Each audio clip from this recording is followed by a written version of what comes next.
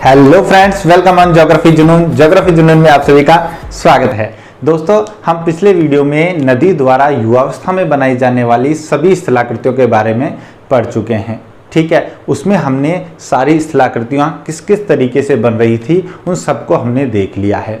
अब देखिए, पिछला जो वीडियो था वो थोड़ा सा लंबा हो गया था, मैं मानता हूँ, और उसकी वजह क्या थी कि हमने नदी का अपरदन, परिवहन और निक्षेपण कार्य और वो किस तरीके से होता है इसके बारे में हमने पढ़ा था।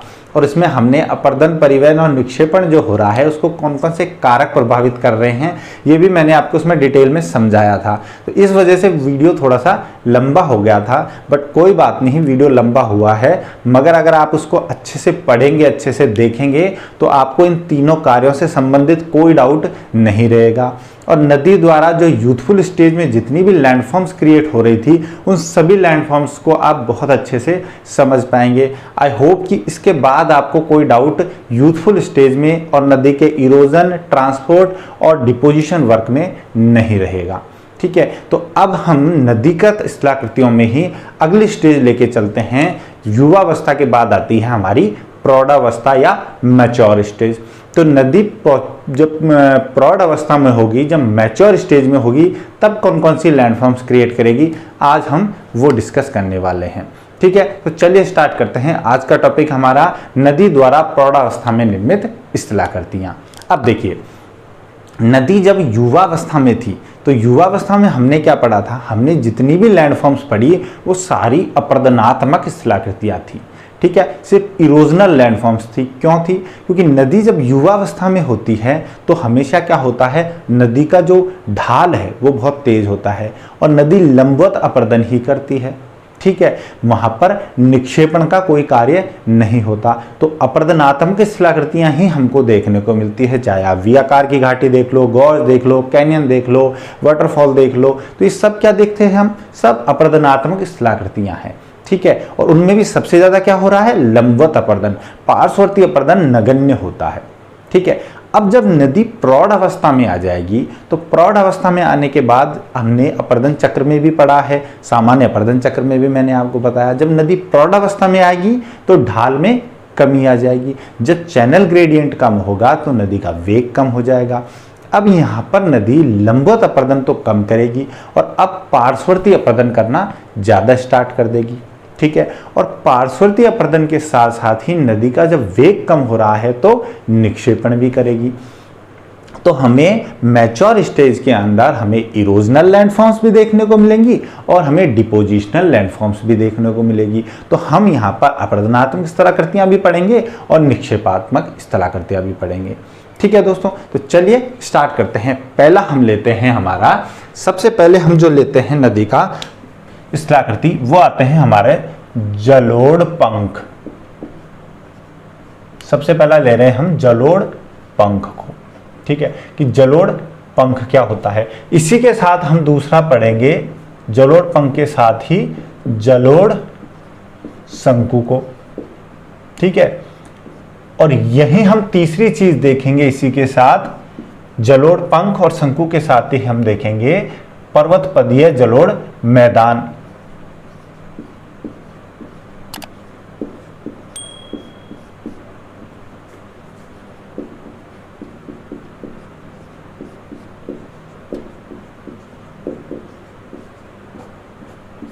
ठीक है, अब ये तीनों टर्म्स को हम समझते हैं। सबसे पहले बात करते हैं हम जलोढ़ पंख की।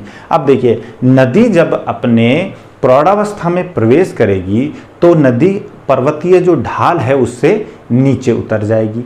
ठीक है, और नीचे उतर के जब नदी अपनी घाटी में से बाहर आएगी तो घाटी के जो माउथ है, जो मुख है घाटी का, उस माउथ पे आकर के क्या करेगी नदी, यहाँ पर अपने साथ जो भी अवसाद वो लेके आ रही थी उनका निक्षेपण स्टार्ट कर देगी।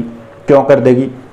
पहली बात तो देखिए, नदी जो है वो जब युवावस्था में है तो बहुत ज्यादा अपरदन कर रही है, तो अपरदन करेगी तो उसके साथ अपरदित पदार्थ भी बहुत ज्यादा आएगा। जब अपरदित पदार्थ ज्यादा आएगा तो यूथफुल स्टेज में तो नदी उसको आराम से बहा के ले आएगी क्योंकि वेग बहुत ज्यादा है, चैनल ग्रेडियंट ज्यादा है। ठीक है। बट जब वो प्रौढ़ावस्था में आएगी तो प्रौढ़ावस्था में आने के बाद यहाँ जब वेग में कमी आएगी तो नदी इतने अवसाद को कैरी नहीं कर सकेगी, और नहीं कैरी कर पाने के कारण वो यहाँ पर क्या करने लगेगी, डिपोजिशन करने लगेगी। और डिपोजिशन कहाँ करेगी, जो पर्वतीय क्षेत्र हैं उनके जो आधार तल है उस पे आकर के करेगी, यानी पर्वतों के आधार भाग में बिल्कुल बेस एरिया जहाँ है वहाँ करेगी, या कहें कि अपनी घाटी के मुख के आगे आके निक्षेपण करने लगेगी। अब अगर नदी अपना निक्षेपण कार्य जो है वो ऐसे एक पंखे की आकृति में करे, और ये पंखा कैसा होता है, लगभग अर्धवृत्ताकार रूप में होता है, ठीक है। ऐसा अर्धवृत्ताकार रूप में अगर बनाएगी तो इसको बोला जाता है जलोढ़ पंख, ठीक है। ये क्या है, जलोढ़ पंख होता है, एलुवियल फैन होता है। अब ये जो जलोढ़ पंख जो होता है इसकी भी कुछ विशेषताएं होती हैं। क्या होता है कि जो जलोढ़ पंख है हमारे यहाँ, इसमें देखें तो ये जलोढ़ पंख का जो मोटे वाले जो कण हैं, जो इसके साथ जो अवसाद आ रहा है, ये मोटे वाले अवसाद जो हैं वो इसके शीर्ष भाग में ही क्या होंगे, जमा होने लगेंगे। सबसे पहले भारी जो आएंगे कंकड़ पत्थर वो ऊपर जमा होंगे, और फिर दूर बढ़ते हुए धीरे धीरे धीरे ये बारीक कण यहाँ आते जाएंगे, ठीक है। यानी जलोढ़ पंख जो होगा उसके ऊपरी भाग में तो होंगे मोटे कण, और धीरे धीरे जब ये दूर आएगा, पर्वत पदीय क्षेत्रों से दूर आएगा, तो यहाँ पर क्या होंगे, बारीक कण दूर तक फैलेंगे, पहली बात। दूसरा देखिए, इसका जो हमेशा शीर्ष भाग होगा, जलोढ़ पंख का जो शीर्ष भाग होगा, हेड होगा, वो किधर होगा, नदी जिस तरफ से आ रही है यानी नदी के उद्गम की ओर होगा। दूसरी बात क्लियर है, इसका हेड हमेशा किधर होगा, नदी के उद्गम की ओर होगा, ठीक है। तीसरी बात क्या है कि ये हमेशा जो है वो चौड़े आधार वाला होगा, बहुत ज्यादा एरिया में फैल रहा है, ठीक है। क्या फैल रहा है, ये बहुत बड़े आधार, बहुत बड़े एरिया में फैलेगा। और इसकी जो बहुत बड़े एरिया में जो फैल रहा है, इसकी मोटाई बहुत ज़्यादा नहीं होती है, ठीक है। इसकी मोटाई थोड़ी कम होती है, ठीक है। तो ये देखिए, ये बहुत बड़े एरिया में फैल रहा है। अब देखिए इस जलोढ़ पंख में क्या है, इस जलोढ़ पंख की जो हम बात करें, इसकी देखिए ये क्षैतिज जो बात करें हम, इसकी ट्रांसवर्स जो है क्षैतिज परिच्छेदिका, इसकी हम बात करें तो इसकी क्षैतिज परिच्छेदिका कैसी होती है, इसकी क्षैतिज परिच्छेदिका होती है उत्तल, यानी कॉन्वेक्स ढाल होता है। कॉन्वेक्स ढाल कैसे होता है, जब ये ऐसे आकर के ऐसे प्रवाहित हो रहा है, तो जो ये वाली हम जब क्षैतिज परिच्छेदिका की बात कर रहे हैं, तो ये क्षैतिज परिच्छेदिका कैसी होती है, इसकी कॉन्वेक्स या उत्तल ढाल वाली होती है, ठीक है। अब ये जलोढ़ पंख जो है, यहां पर मान लीजिए एक नदी ने जलोढ़ पंख बनाया है, ठीक है। अब यहीं पर जलोढ़ पंख के साथ साथ हम बात कर रहे हैं जलोढ़ शंकु की। अगर मान लीजिए नदी जो है वो अपर्दन करके जो ला रही है, ठीक है, वो ऐसे तीव्र बड़े बड़े खड़े हुए ढाल नुमा संरचनाओं में अपने अवसाद को जमा कर दे, तो उसे कहा जाता है जलोढ़ शंकु, ठीक है। जलोढ़ पंख जो होता है वो तो होता है अर्धवृत्ताकार, और ये क्या होता है, इसमें मोटे कण ऊपर होते हैं और पतले कण नीचे होते हैं। मगर अगर यही जलोढ़ जो पंख है, ठीक है, ये ना बनके और नदी जो है वो मोटे मोटे भारी भारी कणों को ऐसे तीव्र ढालनुमा संरचना के रूप में जमा कर दे, तो उसको बोला जाता है जलोढ़ शंकु। यानी जलोढ़ पंख का ढाल जो है वो कम होता है और जलोढ़ शंकु का ढाल अधिक होता है, ठीक है। ये बनेंगे ऐसे, बिल्कुल ऐसे तीव्र ढाल के रूप में, ठीक है, ऐसे तीव्र ढाल वाले बनेंगे। और इसमें कण जो पाए जाते हैं वो मोटे होते हैं, ठीक है। जो जलोढ़ शंकु में कण पाए जाते हैं वो मोटे होते हैं। अब इनका जो बेसिक डिफरेंस है वो समझिए। हमने बात की कि जलोढ़ पंख जो होगा उसमें क्या होगा, मोटे कण होंगे ऊपर और पतले कण नीचे, और इसमें क्या होंगे, इसमें मोटे मोटे ही कण होंगे, ज्यादा मोटे कण होते हैं। क्यों होते हैं, देखिए, जो जलोढ़ पंख जो बनेगा ये बनता है ज्यादातर आर्द्र प्रदेशों में।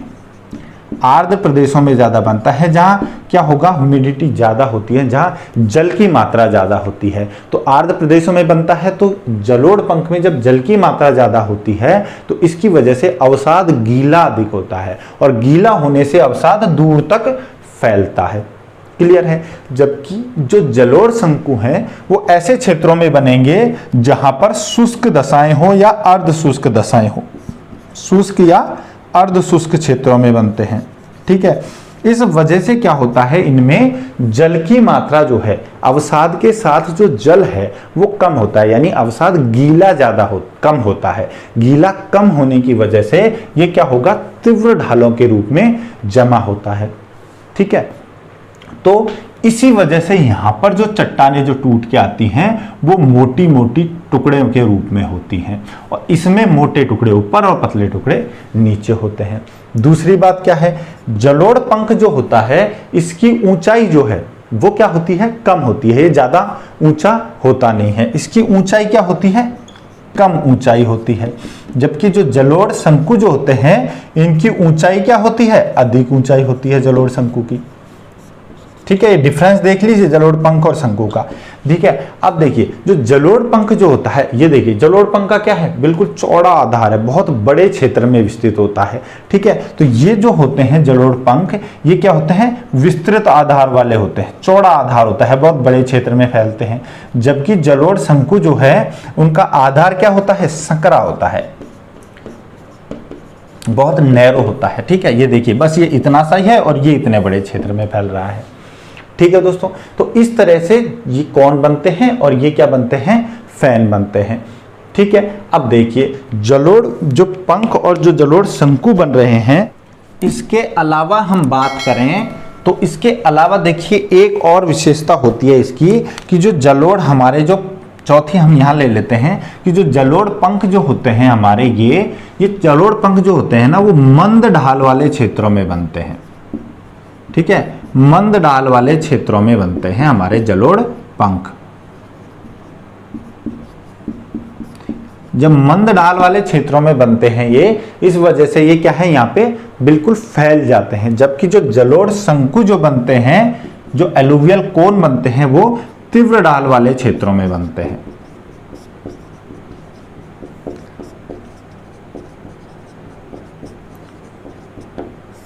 ठीक है। मंद ढाल यानी 3 डिग्री से 6 डिग्री के बीच का ढाल होना चाहिए आधार तल से, तो मंद ढाल होगा। और ये जो बनते हैं वो ग्रेटर देन 15 डिग्री ढाल वाले क्षेत्र में बनते हैं। ठीक है। तो एलुवियल कोन तीव्र ढाल वाले क्षेत्रों में और एलुवियल फैन जो बनते हैं वो मंद ढाल वाले क्षेत्रों में बनते हैं। तो ये तो बेसिक इनमें डिफरेंस था एलुवियल फैन और कोन में। अब बात करते हैं कि इनको आगे देखें हम तो हमारा पर्वत पदीय जलोढ़ मैदान कैसे बनता है। अब देखिए मान लीजिए एक नदी यहां पर ला रही है, जलोढ़ पंख बना रही है, इसी तरह दूसरी नदी यहां जलोढ़ पंख बना रही है। तो ये जलोढ़ पंख जो है वो आपस में मिल जाते हैं और मिलकर के एक बड़ा जलोढ़ पंख बनाते हैं। ठीक है। एक मिश्रित जलोढ़ पंख का निर्माण करते हैं जिसे कहेंगे कंपोजिट एलुवियल फैन का निर्माण करेंगे। और इसी तरीके के जो कंपोजिट एलुवियल फैन है वो पर्वत पदीय क्षेत्रों में जब कई सारे एक साथ मिल जाते हैं, ठीक है, तो उससे क्या होगा, बहुत कई किलोमीटर, कई 100 किलोमीटर लंबा एक पर्वत पदीय मैदान का निर्माण हो जाता है, जिसे पर्वत पदीय जलोढ़ मैदान या फिर इसको बोला जाता है पीडमोंट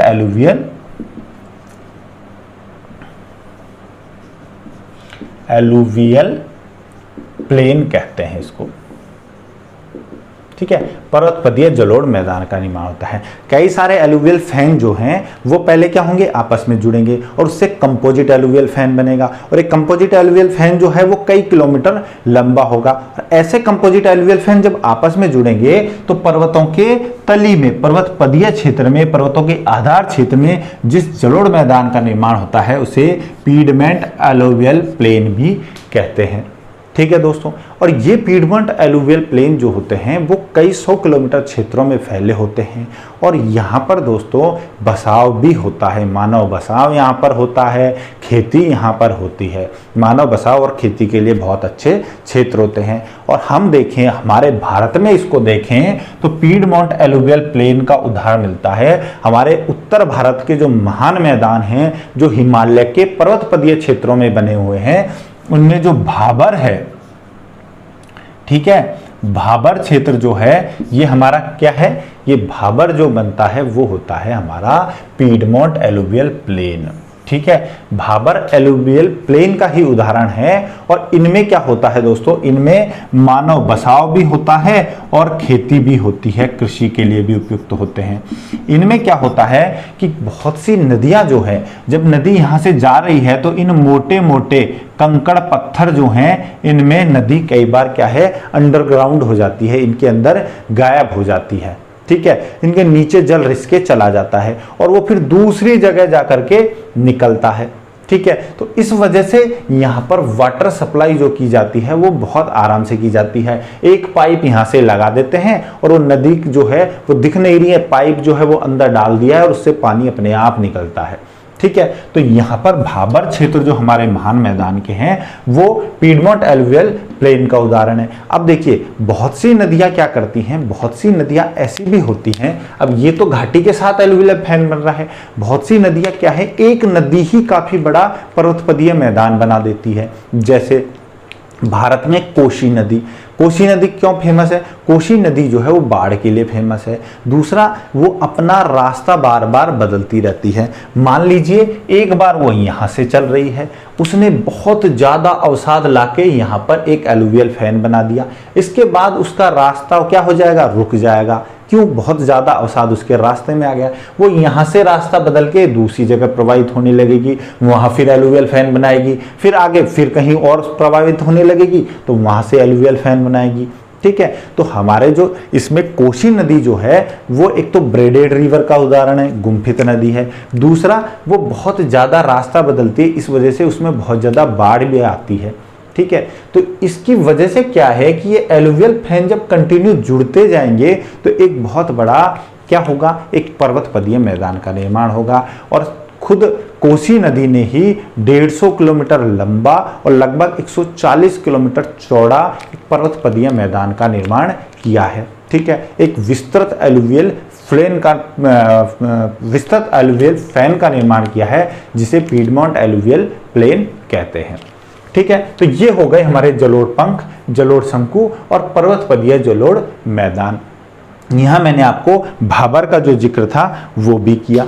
ठीक है, अब देखिए जो ये भाबर क्षेत्र जो है जो भारत में मिलता है, ये कहाँ मिलता है, जैसे हमारे चंडीगढ़ है, देहरादून है, ये कहाँ बसे हुए हैं, ये पर्वतपदीय जलोढ़ मैदान पर ही बसे हुए हैं। जो भाबर है इसी क्षेत्र में बसे हुए हैं। जैसे सतलुज नदी है, सतलुज नदी ने जो भाबर क्षेत्र बनाया, जो पर्वतपदीय जलोढ़ मैदान बनाया, उसमें जैसे चंडीगढ़ है, देहरादून है, गंगा और उसकी सहायक नदियाँ जो बना रही हैं उनमें बसा हुआ है। ठीक है, तो ऐसे बहुत से बड़े बड़े शहर हैं जो भाबर क्षेत्र में पर्वतपदीय क्षेत्रों में बसे हुए हैं और उनमें खेती भी होती है और मानव बसाव का निवास का स्थान भी है वो। ठीक है, तो इस तरह हमने ये तीनों चीजों को पढ़ लिया, जलोढ़ पंख, जलोढ़ शंकु और जलोढ़ मैदान को। अब अगला हमारा आता है इसके बाद गुम्फित नदी। ठीक है, इसके बाद हम पढ़ते हैं गुम्फित नदी, यानी इसे कहते हैं ब्रेडेड रिवर। अब गुम्फित नदी कैसे बनती है, देखिए जब नदी अपने प्रौढ़ावस्था में आ गई है तो अब उसका वेग कम हो गया है। ठीक है, वेग कम होने की वजह से जो वो अवसाद लेके आ रही है उस अवसाद को वो अपने रास्ते में ही डिपॉजिट करना स्टार्ट कर देगी। ठीक है, तो कुछ नदियाँ ऐसी होती हैं जो बहुत ज़्यादा अवसाद को लेके आती हैं, जैसे ब्रह्मपुत्र नदी। ठीक है, वो क्या करेगी, बहुत ज़्यादा अवसाद लाएगी तो अपने रास्ते में अवसाद को जमा करने लगेगी। इस वजह से एक लंबी पूरी ऐसे एक रोधिका का निर्माण हो जाएगा जो किससे बनी है, अवसाद के डिपोजिशन से। नदी ने अपनी घाटी के बीच में ही, ठीक है, तली में क्या कर दिया, डिपोजिशन स्टार्ट कर दिया। इसकी वजह से क्या होगा, यहाँ एक लंबी रोधिका या बार का निर्माण हो जाएगा। ठीक है, ये बार या रोधिका है। अब नदी क्या करेगी, नदी जो है वो दो भाग में डिवाइड हो जाएगी। ठीक है, दो भाग में डिवाइड हो गई है। ये देखिए, एक इधर जल बह रहा है और एक इधर जल बह रहा है। नदी दो भागों में डिवाइड हो जाएगी, इसकी दो शाखाएं बन जाएंगी। ठीक है, अब जब ये दो शाखाएं बनेंगी तो पहले नदी मान लीजिए इस धारा से आ रही थी, अब जब ये दो पार्ट्स में डिवाइड होगी तो क्या करेगी नदी, नदी फैलेगी, नदी का जल फैलेगा, क्योंकि बीच में अवरोध उत्पन्न हो गया, बाढ़ आ गई है, रोधिका आ गई है। अब नदी फैल के क्या करेगी, अपनी जो घाटी है उसमें पार्श्ववर्ती अपरदन ज्यादा करेगी और अपनी घाटी की चौड़ाई को बढ़ाने का प्रयास करेगी। ये देखिए, जैसे पहले अगर ये इतना था तो अब ये ऐसे चौड़ा होने लग गई है। ठीक है, और चौड़ी होकर के ये जब जल और ज्यादा फैलेगा तो अब नदी का वेग और ज्यादा कम हो जाएगा। ठीक है, और इसकी वजह से नदी में कई सारे ऐसे टापू, रोधिकाएं, इनका निर्माण होने लग जाएगा। ठीक है, तो ऐसे कुछ क्या बनने लग जाएंगे, नदी द्वीप बनने लग जाएंगे, टापू बनने लग जाएंगे, और नदी जो है वो कई सारी शाखाओं में डिवाइड हो जाएगी। पहले तो दो में बन रही थी, अब ये छोटी छोटी कई सारी शाखाओं में बन जाएगी, जिसे नदी की वितरिकाएं या डिस्ट्रीब्यूटरीज कहते हैं। ठीक है, किस में बदलेगी, वितरिकाओं में बदल जाए। ये क्या है, वितरिकाएं हैं, और ये वितरिकाएं जो है वो फिर आगे जाकर के वापस जगह जगह फिर मिलेंगी। ठीक है, मिल करके और फिर मुख्य नदी के रूप में फिर आगे एक धारा के रूप में प्रवाहित होने लगेंगी।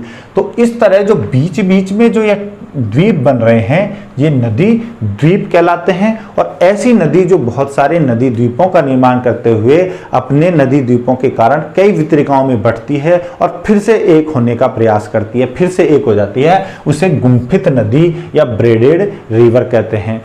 और हम इसका सबसे बेस्ट एग्जाम्पल है हमारे जो ब्रह्मपुत्र नदी है, वो असम में जो माजुली द्वीप बनाती है, वो विश्व का सबसे बड़ा नदी द्वीप है और उसे जिला भी घोषित कर रखा है। ठीक है, और उसका निर्माण कैसे हुआ है, उसका ब्रह्मपुत्र गुम्फित नदी के कारण ही निर्माण हुआ है। उसके वजह से जो उसने निक्षेपण कार्य किया अपनी तली में, उससे ये माजुली द्वीप बना है।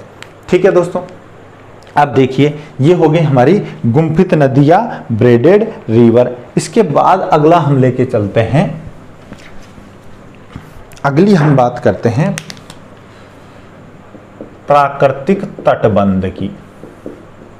ठीक है, यहां हम पढ़ेंगे प्राकृतिक तटबंध को, यानी नेचुरल लेवी। प्राकृतिक तटबंध या नेचुरल लेवी देखेंगे। अब देखिए प्राकृतिक तटबंध कैसे बनते हैं। देखिए, जब नदी प्रौढ़ावस्था में आ गई है तो प्रौढ़ावस्था में आने के बाद नदी अपने साथ काफ़ी सारा अवसाद लेके आ रही है। जो नदी लेके आ रही है अवसाद, ये उसी की वजह से प्राकृतिक तटबंध बन रहे हैं। नदी क्या करेगी, एक तो अपनी जो तली है, ठीक है, इस तली में कुछ कुछ डिपोजिशन स्टार्ट करेगी, कुछ कुछ डिपोजिशन तो वो यहाँ पे करेगी। ठीक है, निक्षेपण का कार्य यहाँ करेगी और साथ साथ ये अपने दोनों तरफ ऐसे अवसाद का जमाव करने लगती है। ठीक है, और ये अवसाद जो है बिल्कुल खड़े, बिल्कुल ढाल वाले अवसाद जो है वो इकट्ठे होते जाते हैं और इनके इकट्ठे होने की वजह से यहाँ पर एक बंध बन जाता है। क्या बन जाता है, लेवी जैसी संरचना बन जाती है। इसी को क्या कहते हैं, प्राकृतिक तटबंध। तटबंध क्योंकि नदी के जो दोनों साइड के जो तट हैं, उन तटों पे बंध का निर्माण हो रहा है और ये प्राकृतिक रूप से नदी द्वारा ही किया जा रहा है, किसी ह्यूमन द्वारा नहीं किया गया है, नेचुरली ही बना है, इसलिए इसको नेचुरल लेवी कहते हैं। ठीक है, तो प्राकृतिक तटबंध किससे बना, नदी द्वारा अपने पार्श्ववर्ती भाग में अपने तटों पर जो बंध बनाए जा रहे हैं, जो अवसाद का निक्षेप किया जा रहा है, उससे प्राकृतिक तटबंधों का निर्माण होता है। ठीक है, अब ये जो प्राकृतिक तटबंध है ये करते क्या है, देखिए इनकी वजह से नदी एक तो अपनी मुख्य धारा जो है उसमें बहती रहती है, एक फिक्स चैनल जो है उसमें बहती रहती है। दूसरा, इसकी वजह से क्या है, नदी का जल इधर उधर फैलता नहीं है, यानी बाढ़ से ये बचाव करते हैं। ठीक है, प्राकृतिक तटबंध बाढ़ से बचाव करते हैं और इन प्राकृतिक तटबंधों की वजह से चारों ओर जब ये प्राकृतिक तटबंध जो हैं वो और भी ज़्यादा विकसित हो जाते हैं तो वहाँ पर मानव बसाव का काम भी होता है। कैसे होता है इसको समझिए। देखिए, ये नदी जो है वो अपनी तली में थोड़ा थोड़ा अवसादीकरण करती जा रही है, ठीक है, अवसाद का जमा हो रहा है। तो धीरे धीरे क्या होगा कि नदी जो है उसका जल स्तर ऊपर उठेगा, क्योंकि नदी की तली में अवसाद ज़्यादा जमा हो गया है। जब तली में अवसाद ज़्यादा जमा होगा तो नदी क्या करेगी, इसका जल स्तर ऊपर उठेगा, और जल स्तर मान लीजिए इतना ज़्यादा हो गया है कि वो प्राकृतिक तटबंधों के ऊपर से बहने लग जाएगी। तो नदी का जल क्या होगा, चारों तरफ रिसकर फैलने लगेगा, और जब फैलने लगेगा तो वो अपने साथ अवसाद को अब क्या करेगा, दूर तक डिपॉजिट करेगा। मान लीजिए पहले सिर्फ ये वाला भाग जो है इसमें ही प्राकृतिक तटबंध, यही तटबंध बन रहा था, तो अब नदी का जल दूर तक फैल के यहाँ पर भी प्राकृतिक तटबंध का निर्माण करने लगेगा, और ये धीरे धीरे तटबंध बहुत बड़े क्षेत्र में फैल जाते हैं। नदी के दोनों ओर बहुत ऊंचे भाग में बन जाते हैं। इन प्राकृतिक तटबंधों पर मानव निवास भी होने लगता है। ठीक है दोस्तों, मानव निवास भी यहाँ पर होता है प्राकृतिक तटबंधों पर। अब इसके बाद देखिए, मान लीजिए कि नदी जो है उसमें बाढ़ आ गई, ठीक है, नदी का जल जो है वो बहुत ज़्यादा हो गया और नदी में बाढ़ आ गई है, प्राकृतिक तटबंधों के ऊपर से बह रही है, तो इसकी वजह से अवसाद जो है वो बहुत बड़े क्षेत्र में फैल जाएगा, और इससे जो बाद में जब ये जल वापस उतरेगा, नदी की बाढ़ समाप्त होगी, जल की मात्रा कम होगी, तो इससे ये अवसाद दूर तक जो क्षेत्र में फैला है वो क्या कहलाएगा, दूर तक क्षेत्र में फैला हुआ ये अवसाद बाढ़कृत मैदान, ठीक है, बाढ़कृत मैदान कहलाएगा, यानी फ्लड प्लेन कहलाएगा ये।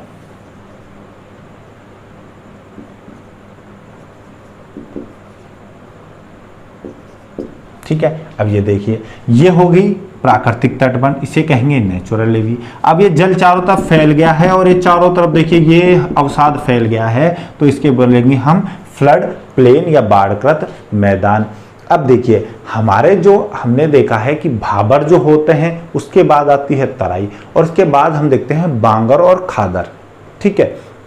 तो जो खादर है वो तो कौन से हैं, खादर तो होते हैं नए जो जलोढ़ मैदान है वो तो होते हैं खादर, और जो बांगर होते हैं वो पुराने जलोढ़ मैदान होते हैं। मान लीजिए एक बार आई फ्लड आई, बाढ़ आई, तो उसकी वजह से ये बाढ़ जो है इसकी वजह से अवसाद दूर तक फैल गए हैं, तो इसकी वजह से जो अवसाद दूर तक फैले हैं वो क्या कहलाएंगे, वो कहलाएंगे हमारे बांगर, यानी ये पुराने जलोढ़ मैदान होते हैं। फिर जब दोबारा बाढ़ आएगी तो जल जो इसके ऊपर जो दूसरे हमारे यहाँ पर जो और बाढ़ की वजह से अवसाद फैलेंगे, इन्हें कहा जाता है क्या, खादर कहा जाता है, ठीक है। तो बांगर तो पुराने जलोढ़ मैदान होते हैं और खादर जो है वो नए जलोढ़ मैदान होते हैं। और ये बनते कैसे हैं, जो नदी अवसाद ला रही है वो जब मान लीजिए एक बार बाढ़ आई तो फैल गया तो बांगर बन गया, दोबारा आई तो जो दोबारा बाढ़ से फैलेगा अवसाद उससे बन जाएगा खादर, ठीक है। और इससे जो मृदा है, जो मिट्टी है, उसका भी नवीनीकरण होता है, क्योंकि नदी अब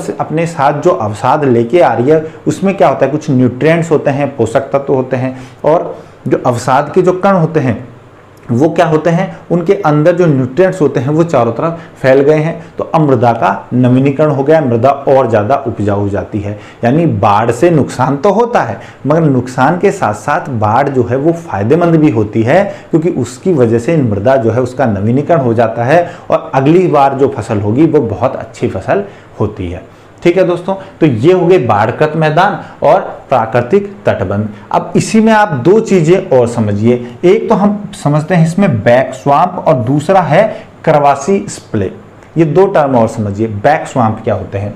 अब जब बाढ़ आई तो बाढ़ आने के बाद जो इसका बाढ़ का मैदान है इसमें कहीं कुछ गर्त हैं, कुछ खड्डे हैं, ठीक है। उन खड्डों में पानी भर गया है और इस पानी के भरने की वजह से एक तो वहाँ पे अवसाद है जो अपने आप में गीला है, ऊपर से वहाँ पे खड्डे में पानी वानी भर गया है, तो इसकी वजह से कुछ दलदलों का निर्माण हो जाता है, कुछ दलदली संरचनाएं बन जाती हैं जिसे बैक स्वाम्प कहते हैं। ये जो बने हुए हैं ये क्या है, दलदल है, इन्हें कहते हैं बैक स्वाम्प, जिनमें पानी भरा हुआ है, ठीक है। दूसरा बोलते हैं हम प्रवासी स्प्ले। प्रवासी स्प्ले कैसे बनता है?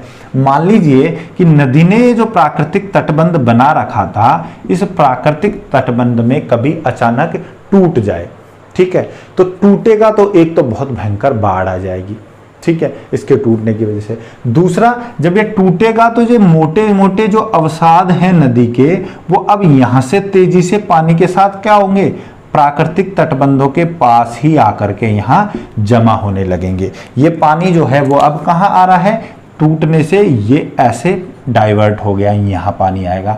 इसके साथ साथ मोटे मोटे कण जो जमा होने लगेंगे, ठीक है, और इसे बोलते हैं प्रवासी स्प्ले या प्राकृतिक तटबंध का टूटना। और इसकी वजह से ये जो अवसाद है वो अब इधर इधर भी जमा होने लगेंगे, ठीक है, इसे प्रवासी स्प्ले कहते हैं। तो ये दो टर्म भी याद रखिए, बैक स्वाम्प और प्रवासी स्प्ले। फ्लड प्लेन हमने समझ ही लिया, नेचुरल लेवी हमने समझ ही लिया है, ठीक है। प्राकृतिक तटबंध और नेचुरल लेवी को हमने देख लिया है। अब इसके बाद हम देखते हैं, ठीक है, ये हो गई हमारी लैंडफॉर्म्स। इसके बाद अगली आप लैंडफॉर्म समझिए। इसके बाद हम देखते हैं स्ट्रक्चरल बेंचेज को। इसे बोलते हैं संरचनात्मक वेदिका या संरचनात्मक सोपान, ठीक है, इसको बोलिए संरचनात्मक सोपान यानी स्ट्रक्चरल बेंचेज।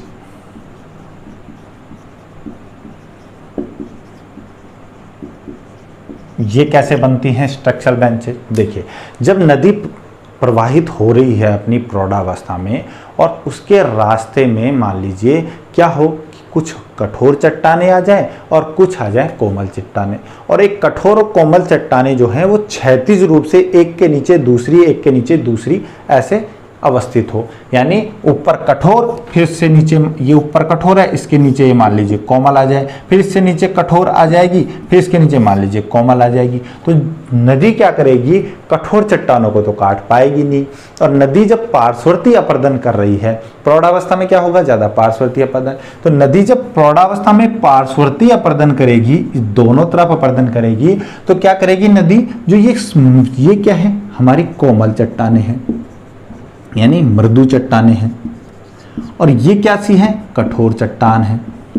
तो ये कठोर चट्टान जो है वो प्रतिरोधी चट्टान की तरह काम करेगी, और इसके प्रतिरोध की वजह से ये कठोर चट्टानों को तो वो कम काटेगी, ठीक है, बहुत कम काटेगी। और जब वो अपनी पार्श्ववर्ती अपर्दन कर रही है, अपनी घाटी की चौड़ाई को बढ़ा रही है, तो इन कोमल चट्टानों को वो ज्यादा काट देगी, ठीक है। तो इस विभेदक अपर्दन की वजह से, इस डिफरेंशियल इरोजन की वजह से ये जो कठोर चट्टानें हैं वो सीढ़ी के रूप में बाहर प्रोजेक्टेड रहेंगी, बाहर निकली हुई रहती हैं, ठीक है, बाहर निकली हुई रहती हैं। और इससे जो स्थलाकृति दिखाई देती है वो होती है संरचनात्मक सोपान, ठीक है। स्ट्रक्चरल बोलते हैं हम इसको बेंचेज। स्ट्रक्चरल बेंचेज क्यों कहते हैं, क्योंकि इनकी स्ट्रक्चर की वजह से बनी है। यहाँ पर जो नदी है वो स्ट्रक्चर की वजह से ही, इसके स्ट्रक्चर की वजह से बन रही है। इस वजह से यहाँ के धरातल की स्ट्रक्चर की वजह से नदी ऐसी संरचना बना रही है, इसलिए इसको स्ट्रक्चरल बेंचेज कहते हैं। अब इनको आप कंफ्यूज इससे नहीं कीजिएगा, मैंने आपको भूचक्र स्थलाकृतियों में और बताया था आपको युगल वेदिकाएं, ठीक है। तो युगल वेदिकाएं जो हैं वो किससे बन रही थी, युगल वेदिकाएं नवोन्मेषण के कारण जो भूचक्रिक स्थलाकृतियां थी वो युगल वेदिकाएं।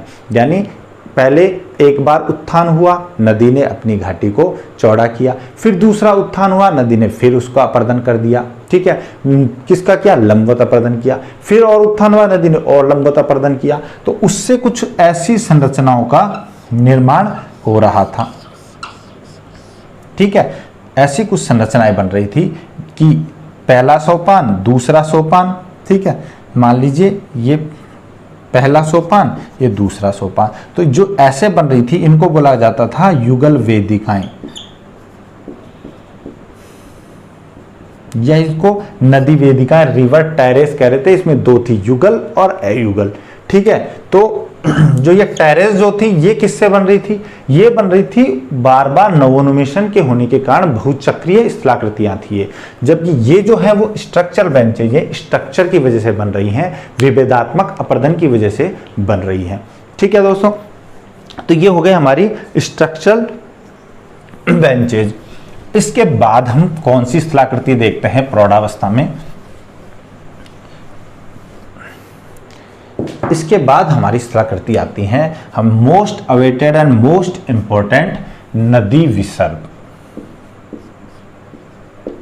नदी विसर्ग, और इसके साथ साथ कौन कौन सी और टर्म्स जुड़ी हुई हैं वो भी हम देखेंगे। इसे कहते हैं रिवर मियांडर। अब देखिए नदी विसर्ग कैसे बनते हैं। देखिए जब नदी प्रौढ़ावस्था में मैदानी भागों में प्रवेश करती है तो मैदानी भागों में आने के बाद क्या होगा कि वहां पर जो अलग अलग तरीके की धरातलीय संरचना मिलेगी। चट्टानें जो है वो कुछ कठोर मिलेंगी, कुछ कोमल मिलेंगी, कुछ और भी ज़्यादा कोमल मिलेंगी। ठीक है, तो एक तो नदी का वेग कम हो गया है, ढाल बहुत कम है। तो जब ढाल कम होगा तो नदी क्या करेगी, उसकी अपर्दन शक्ति अब कम हो जाएगी। अपर्दन शक्ति कम होने की वजह से वो क्या कोशिश करेगी कि ज़्यादा से ज़्यादा कोमल जो चट्टानें हैं उनको काटा जाए। ठीक है, तो जब वो कोमल चट्टानों को काटेगी तो इसकी वजह से नदी जो है वो सीधी न बह करके और वक्राकार रूप में ऐसे विसर्ग के रूप में बहने लगती है। ठीक है, तो इस घुमाव, इस मोड़ की वजह से जो नदी घूम रही है, इसकी वजह से नदी की घाटी कुछ ऐसे विसर्ग के रूप में बन जाएगी। इसी को नदी विसर्ग कहते हैं। ठीक है, अब देखिए नदी विसर्ग को क्या कहा, रिवर मियांडर। और मियांडर किससे नाम आया, जो तुर्की में एक नदी है मियांडर रिवर, वो ऐसे ही बहुत ज़्यादा घुमाव के साथ चलती है, उसकी वजह से इस स्थलाकृति का नाम रिवर मियांडर रखा गया, नदी विसर्ग रखा गया। क्लियर है। अब देखिए नदी विसर्ग के अंदर हमको कौन कौन सी और संरचनाएं देखने को मिलती हैं। ठीक है, तो देखिए सबसे पहले ये देखिए, ये जो विसर्ग है, इस विसर्ग की जो ये वाला पार्ट है इसे कहेंगे विसर्ग की गर्दन या नेक ऑफ मियांडर। ठीक है, ये है नेक। इससे आगे जब ये विसर्ग जो है इसमें जल आएगा तो ये जल जो है वो यहाँ पर आकर के टकराएगा, विसर्ग के इस वाले भाग में आकर टकरा रहा है। ठीक है, क्यों, क्योंकि जब वेग इधर ये जब आ रहा है जल तो ये यहाँ पर आके टकराएगा। और इस वाले भाग को देखिए तो ये वाला भाग जो है वो कैसा है, ये है कॉनकेव, यानी उत्तल ढाल है, ये उत्तल है।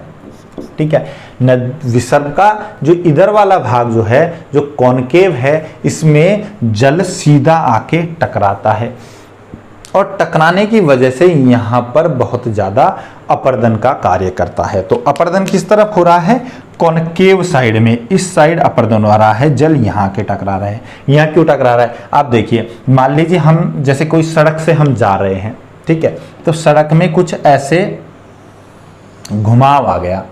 ठीक है, ऐसे घुमाव आ गया, आप इस तरफ से आ रहे थे। ठीक है, इस तरफ से जब हम गाड़ी से आ रहे हैं और घुमाव आ गया और हमें पता नहीं है कि आगे घुमाव आने वाला है, जब हमें ये नहीं पता घुमाव आने वाला है तो हमने यहाँ पे क्या किया, हमने हमारी गाड़ी की स्पीड स्लो नहीं की। तो हम सीधा जब आएंगे तो हमें यहाँ पे घुमाने में क्या आएगी, दिक्कत आएगी। तो हम किस तरफ जाएंगे, सीधा किस तरफ जाएंगे, हम सीधा इस तरफ जाएंगे। हमारी गाड़ी क्या जाएगी, सीधी इस तरफ। क्यों, क्योंकि हम इस तरफ से ही ढाल के साथ आ रहे हैं और इस तरफ हमें घूमने में दिक्कत आएगी। और अगर हम घुमा भी लेंगे, ठीक है, अगर हम घुमा भी लेते हैं तो हमारा जो घुमाव होगा वो किस तरफ होगा, ये वाली जो दीवार है, सड़क का जो ये वाला किनारा है, इसकी तरफ ज्यादा पास होंगे हम यहाँ की यहाँ थोड़ी घूमेंगे, इस तरफ नहीं घूमेंगे, हम घूमेंगे ऐसे, यानी हम इस वाले पोर्शन के पास से आएंगे। उसी तरह जब हमारा जल यहाँ से बहता हुआ आएगा तो ये नदी का जल सीधा कहाँ टकराएगा, यहाँ से जाने के बाद इस तरफ टकराएगा, यानी अवतल भाग पर टकराएगा, कॉन्वेक्स पार्ट पर टकराएगा। और इसकी वजह से यहाँ पर अपर्दन का कार्य होता है, कटता है यहाँ पे। इसे कहते हैं दोस्तों क्लिफ स्लॉप। ठीक है, इसको बोला जाता है क्लिफ ढाल बोला जाता है। ठीक है, इस वाले साइड को, अवतल वाले को जिस तरफ जल आके टकरा रहा है, क्लिफ ढाल बोलते हैं। दूसरा इसको कट ऑफ बैंक भी कहते हैं, cut off bank. Cut off bank क्यों कहते हैं, क्योंकि यहाँ पे कट हो रहा है, अपर्दन किस तरफ हो रहा है, इस साइड में हो रहा है। ये जो बन रहा है खड़ा ढाल, ठीक है, ये कॉनकेव साइड में बन रहा है, तो इसे कट ऑफ बैंक भी कहते हैं। इसके अलावा इसको अंडरकट स्लोप भी कहा जाता है। अंडरकट स्लोप यानी अधोतल ढाल भी कहा जाता है। ठीक है, तो इस साइड के क्या क्या नाम हो गए? इस साइड का नाम हो गया ऑफ स्लोप। ठीक है, दूसरा इसका नाम हो गया अंडरकट स्लोप। ठीक है, इसके अलावा इसका नाम हो गया कट ऑफ बैंक। ये तीनों किस तरफ हो गए?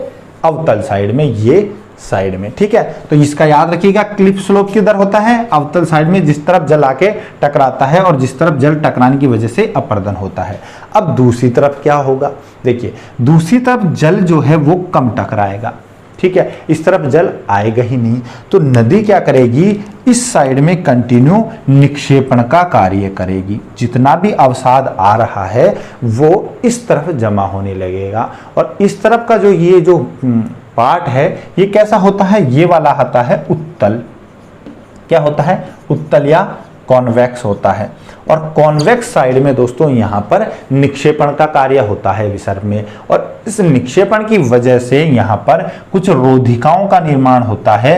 इन्हें विसर्प रोधिका या मियंडर बार्स कहते हैं। इस तरफ जो ऐसे जो अवसाद जमा हो जाएगा, यहाँ पे अवसाद जमा होगा उत्तल साइड में, इसे कहा जाता है विसर्प रोधिका, विसर्प रोधिकाएं। ठीक है, विसर्प रोधिका यानी कि मियंडर बार्स। ठीक है, ये लिखा हुआ है मियंडर बार्स। इनको पॉइंट बार्स भी कहते हैं। ठीक है, इनको पॉइंट बार्स भी कहते हैं। तो पॉइंट बार्स या मियंडर बार्स का निर्माण किधर होगा? उत्तल साइड में। और जो हमारा अंडरकट स्लोप है या कट ऑफ बैंक है या क्लिफ स्लोप है वो क्या है? अवतल साइड में, जिधर जल आके टकरा रहा है। और दोस्तों जो ये वाला जो उत्तल वाला जो भाग है, ये उत्तल वाला जो किनारा है, इसको जहां मियंडर बार्स का निर्माण हो रहा है, इसको बोला जाता है स्लिप ऑफ स्लोप। यहां मैं आपको इसको क्या बोला था? क्लिफ। ये मैं स्लिप बोल रहा था, इसको ये क्लिफ है। ठीक है, ये क्या है? क्लिफ स्लोप है। ठीक है, और यहां पर इसे क्या बोलते हैं? स्लिप ऑफ स्लोप बोलते हैं। ठीक है, स्लिप ऑफ स्लोप किधर बनेगा? स्लिप ऑफ स्लोप का निर्माण होगा उत्तल साइड में। ठीक है, और स्लिप ऑफ स्लोप का नंबर मतलब होता है स्कंध ढाल। क्या बोलेंगे इसको? स्कंध ढाल। किस तरफ बनेगा? उत्तल साइड वाला जो होगा इसको तो बोलेंगे स्कंध ढाल, जो स्लिप ऑफ स्लोप है हमारा। और जो अवतल वाला साइड है उसे बोलते हैं हम अधोतल ढाल बोल सकते हैं, या इसको क्लिफ ढाल बोल सकते हैं। ठीक है दोस्तों, और यहाँ पर ही मियंडर बार्स का निर्माण होगा। अब देखिए, अब जब ये विसर्प जो है, इसकी जो हमने देखा यहाँ उत्तल है, यहाँ अवतल है, यहाँ उत्तल है, ऐसी ही स्थिति आपको कहाँ दिख रही है? यहाँ भी आपको ऐसी स्थिति दिख रही है, दिख रही है। क्योंकि जल जब यहां से आएगा तो सबसे पहले कहां टकराएगा? यहां टकराने की कोशिश करेगा, यहां टकराएगा। तो इस वजह से दोस्तों यहां पर भी क्या होगा? अपर्दन होता जाएगा। यहां पर भी कंटिन्यू अपर्दन होता जाएगा, और ये यहाँ से कटते कटते आगे बढ़ता जाएगा। और इस तरफ क्या होगा? जब जल यहाँ से जाएगा तो यहाँ पर क्या होता जाएगा? ये विसर्प रोधिकाएं बनती जाएंगी। और इस तरफ से हम जब देखें तो इस तरफ से जब ये जल आ रहा है तो यहाँ से आने पर भी ये इस तरफ ही करेगा, यानी ये अवतल, यहाँ पर भी ये अवतल है और यहाँ पर ये अवतल है। समझ गए? यानी इस तरफ यहाँ है क्लिफ ढाल, यहाँ भी क्लिफ ढाल, और ये नीचे आ रही है, ये देखिए ये क्या है? विसर्प रोधिकाएं बन रही है। यानी ये वाला क्या है? ये है स्कंध ढाल। यहाँ ये स्कंध ढाल है, यहाँ ये वाला है जो अवतल है, और यहाँ पर ये अवतल है। ठीक है, ये क्लिफ ढाल है। तो जब एक क्लिफ ढाल दोनों एक दूसरे के पास आते जाएंगे और यहाँ पर दूसरी तरफ क्या है? विसर्प रोधिकाएं बनती जाएंगी, तो धीरे धीरे क्या होगा कि ये आपस में एक दूसरे से मिल जाएंगे, एक दूसरे के टच कर जाएंगे। ठीक है, और इसकी वजह से जब ये आपस में मिल जाएंगे तो ये वाला जो पोर्शन है ये पूरा कट के अलग हो जाएगा, और विसर्प रोधिकाएं इसके दोनों माउथ जो है, दोनों मुख जो है उनको बंद कर देंगी। यहाँ पे क्या जमा हो जाएंगे? यहाँ पे बस अवसाद ही अवसाद जमा हो जाएगा, विसर्प रोधिकाएं जमा हो जाएंगी। यहाँ सिर्फ विसर्प रोधिकाएं होंगी, और ये जो है ये कट के क्या हो जाएगा? सीधा हो जाएगा, और नदी अपना रास्ता बदल देगी। उससे ये जो भाग बनेगा जो पहले नदी का रास्ता था, इसे कहेंगे ऑक्सबो लेक या गोखुर झील। अब इसको आप यहां समझिए, देखिए जो मियांडर होते हैं वो भी कई टाइप से होते हैं। मान लीजिए बहुत कम इनमें क्या है विसर्प बन रहे हैं, बहुत छोटे विसर्प बन रहे हैं, तो इनको बोला जाता है वेवी मियांडर। और इनकी जो नेक है वो काफी चौड़ी होती है, ठीक है। जो वेवी जो तरंगित जो विसर्प हैं, ये तरंगित विसर्प जो हैं बस तरंग की रूप में चल रहे हैं ऐसे, ठीक है। और इनकी जो गर्दन है वो काफी चौड़ी है, इसकी नेक काफी चौड़ी है, इन्हें वेवी मियांडर कहते हैं। यही मियांडर बड़ा रूप जब धारण करेंगे तो इनका जो तरंगित आकार है वो किस में बदल जाएगा, हॉर्स शू शेप्ड, ठीक है। घोड़े की नाल जो होती है उसकी आकृति में, घोड़े की का जो पैर है उसकी तरह बदल जाएगा। तो ये देखिए हॉर्स शू शेप। अब इसकी गर्दन जो है, ये जो नेक वाला पोर्शन है, ये क्या होगा, और ज्यादा सकड़ा होने लगेगा, हॉर्स शू शेप में बदल जाएगा। अब ये जब और ज्यादा विकसित होगा विसर्प, तो उसकी वजह से ये ब्रेसलेट शेप्ड विसर्प कहलाएगा, ब्रेसलेट की तरह का। और ये पूरा कैसा बदल जाएगा, ये सर्क्यूलर हो जाएगा, गोलाकार हो जाएगा। कैसा है, सर्क्यूलर हो जाएगा। अब ये देखिए, अब ये जब सर्क्यूलर हो रहा है तो ये कुछ कुछ हमारा ऐसा हो गया है, ठीक है, बिल्कुल ऐसा हो गया है। अब देखिए क्या होगा, धीरे धीरे क्या होगा, जब ये नदी में जो विसर्प बन रहे हैं, इसके अवतल ढाल पर क्या करेगी नदी, कंटिन्यू अपर्दन करती रहेगी। ये क्या है, नेक है, ये नेक है, ये नेक है, ये नेक है, ये नेक है, ठीक है, और ये भी नेक है। तो नदी जो है वो क्या करेगी, इसके अवतल वाले जो भाग है जिसे हम बोल रहे हैं क्लिप स्लोप, इस क्लिप स्लोप पे अपर्दन करेगी। और अपोजिट साइड में, ठीक है, ये क्लिप स्लोप था हमारा, यहाँ पे अपर्दन किया और यहाँ पर अपर्दन किया। और इसके अपोजिट साइड में जो स्कंद ढाल हैं वहां पर क्या करेगी, विसर्प रोधिकाएं बनाएगी, निक्षेपण करेगी। इस वजह से एक टाइम ऐसा आएगा कि ये दोनों की दोनों यहाँ से कटते कटते और क्या हो जाएंगे, यहाँ पर कट के ये नदी जो है वो अब सिर्फ ऐसे बहने लगेगी, ये दोनों कट जाएंगे। और यहाँ पर क्योंकि अवसाद का निर्माण हो गया है तो इसकी वजह से देखिए ये एक गोखुर झील बन चुकी है और नदी ने अब अपना एक नया रास्ता ले लिया है, ठीक है। नदी ऐसे बहने लग गई है और ये भाग जो है यहाँ पर क्या हो गया है, अवसाद जमा हो गया है। इसकी वजह से इस भाग का नदी जो है उसके प्रवाह मार्ग से संबंध कट गया है, ठीक है। इसकी वजह से जब इसमें जल भरा रह जाएगा तो इसे बोला जाता है गोखुर झील या ऑक्सबो लेक। ये दोनों के जो दोनों गर्दन है, इनकी नेक, ये कट के और नदी ने क्या किया है, अपना रास्ता अब कुछ ऐसे ले लिया है और यहाँ पर जमा हो गया है अवसाद और नदी अब ऐसे बह रही है। इसकी वजह से ये भाग जो अलग हो गया है ये है ऑक्सबो लेक या गोखुर झील, ठीक है दोस्तों। तो ऐसी झीलें जो हैं वो नदी विसर्प के दोनों ओर हमें मिलती हैं और जैसे जैसे नदी अपना रास्ता बदलती है, अवसाद की मात्रा इनके बीच में जमा होती जाती है, ये नदी का जो चैनल है, जो नदी का प्रवाह मार्ग है उससे दूर होती जाती हैं और ऐसी जो हैं वो नदी के दोनों तरफ हमको देखने को मिलती हैं। इन्हें गोखुर झील या ऑक्सबो लेक कहते हैं, ठीक है दोस्तों। तो ये हमने नदी विसर्प को पढ़ा, कैसे वेवी मियांडर होते हैं, कैसे हॉर्स शू शेप मियांडर होते हैं, कैसे ब्रेसलेट शेप में मियांडर बनते हैं और फिर कैसे गोखुर झील का निर्माण होता है। मैंने आपको बताया कैसे क्लिफ स्लोप होता है, कैसे स्लिप ऑफ स्लोप होता है और विसर्प जो है उसके दोनों ओर हमें कैसी कैसी संरचनाएं देखने को मिलती है। इधर विसर्प रोधिका मिलेगी और इधर को इसको कट होगा, ठीक है। ये तो था हमारा, क्या था ये हमारा, ये था हमारा नदी विसर्प, ठीक है, रिवर मियांडर। अब देखिए मैंने आपको बहुचक्रीय स्थलाकृतियों में एक अधःकर्तित विसर्प के बारे में और बताया था, ठीक है। जो हमारा अधःकर्तित विसर्प था, ठीक है, उसमें क्या था, उसमें हो रहा था कि नदी में नवोन्मेषण होने की वजह से उसकी तली में उत्थान हो जा रहा था और उस उत्थान की वजह से जो सेडिमेंट जो बन रहा था वो और ज़्यादा गहरा बन रहा था। नदी में तली में नदी ने और ज़्यादा अपर्दन करना शुरू किया तो उसकी वजह से क्या हो रहा था, उसकी वजह से कुछ ऐसा विसर्प बन रहा था। मान लीजिए पहले जो विसर्प था ये कुछ ऐसे विसर्प था, ठीक है, और ये नदी ने अपनी तली को गहरा किया, ठीक है।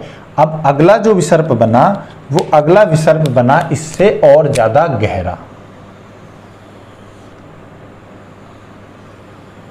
ठीक है। और ये जो था, इसे क्या कह रहे थे हम, इसे इंसाइज्ड मेंडर या अधःकर्तित विसर्ग कह रहे थे, जो बहुचक्रिक स्थलाकृति का उदाहरण था। ठीक है। और ये मैं आपको पहले जब मैंने बहुचक्रिक स्थलाकृतियाँ पढ़ाई हैं तब पढ़ा चुका हूँ, और वहीं पर मैंने आपको युगल वेदिका या रिवर टेरेस के बारे में भी मैंने आपको वहीं पर पढ़ाया था। ठीक है। तो ये हो गए अधःकर्तित विसर्ग, और हमने पढ़ लिया विसर्ग के बारे में। ठीक है दोस्तों, तो आई थिंक ये ही हमारी जो स्थलाकृतियाँ जो थी प्रौढ़ावस्था की, ये स्थलाकृतियाँ आपको क्लियर समझ में आ गई होगी। हमने एलुवियल फैन को पढ़ा, एलुवियल कोन को पढ़ा, दोनों का डिफरेंस पढ़ा।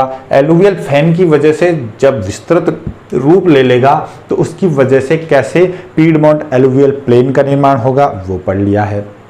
इसके बाद हमने गुम्फित नदी या ब्रेडेड रिवर को पढ़ा, और ब्रेडेड रिवर का हमने एग्जाम्पल देखा माजुली द्वीप जो ब्रह्मपुत्र नदी पर बना हुआ है, कैसे ब्रेडेड रिवर होगी। ठीक है। इसके बाद हमने बात करी कि कैसे नेचुरल लेवी बनेंगे, प्राकृतिक तटबंध बनेंगे, और हमने इसी में देखा कि कैसे हमारे बांगर और खादर होते हैं, और कैसे बाढ़ग्रस्त मैदानों का निर्माण होता है, बैक स्वाम्प क्या होता है, प्रवासी स्प्ले क्या होता है। इसके बाद हमने स्ट्रक्चरल बेंचेज को देखा, संरचनात्मक सोपान को देखा, संरचनात्मक वेदिकाओं को देखा। ये कैसे बन रहे हैं स्ट्रक्चरल बेंचेज हमारी, ये बन रहे हैं हमारी क्योंकि अब जो नदी है उसके रास्ते में जो धरातल जो भाग आ रहा है उसमें कठोर और कोमल चट्टानें एकांतर क्रम में क्षैतिज रूप से अवस्थित हैं। ठीक है। तो स्ट्रक्चरल बेंचेज बन गई। फिर हमने इसमें देख लिया नदी विसर्ग को, नदी विसर्ग के साथ साथ कौन कौन सी संरचनाएं मिलती हैं वो देख लिया, विसर्ग कैसे प्रोग्रेस करते हैं, और कोखुर झील का निर्माण कैसे होता है, और अधःकर्तित विसर्ग क्या होता है, ये हमने देख लिया है। तो ये सब हो गए हैं दोस्तों हमारे प्रौढ़ावस्था में नदी द्वारा निर्मित स्थलाकृतियाँ। ठीक है। आपको क्लियरली ये समझ में आ गया होगा। फिर भी अगर कोई डाउट है आपका तो आप मुझे मेल कर सकते हैं, कमेंट कर सकते हैं। ठीक है दोस्तों, तो मिलते हैं अगले वीडियो में। अगले वीडियो में हम बात करेंगे किसकी, हमारे जीर्णावस्था में जो नदी स्थलाकृतियों का निर्माण करती है उनको भी देखेंगे हम। और अगर आपको वीडियोस पसंद आ रहे हैं तो आप लाइक कीजिए, चैनल को सब्सक्राइब कीजिए, बेल आइकन को प्रेस कीजिए, और दोस्तों के साथ शेयर कीजिए। मिलते हैं अगले वीडियो में। Thank you so much.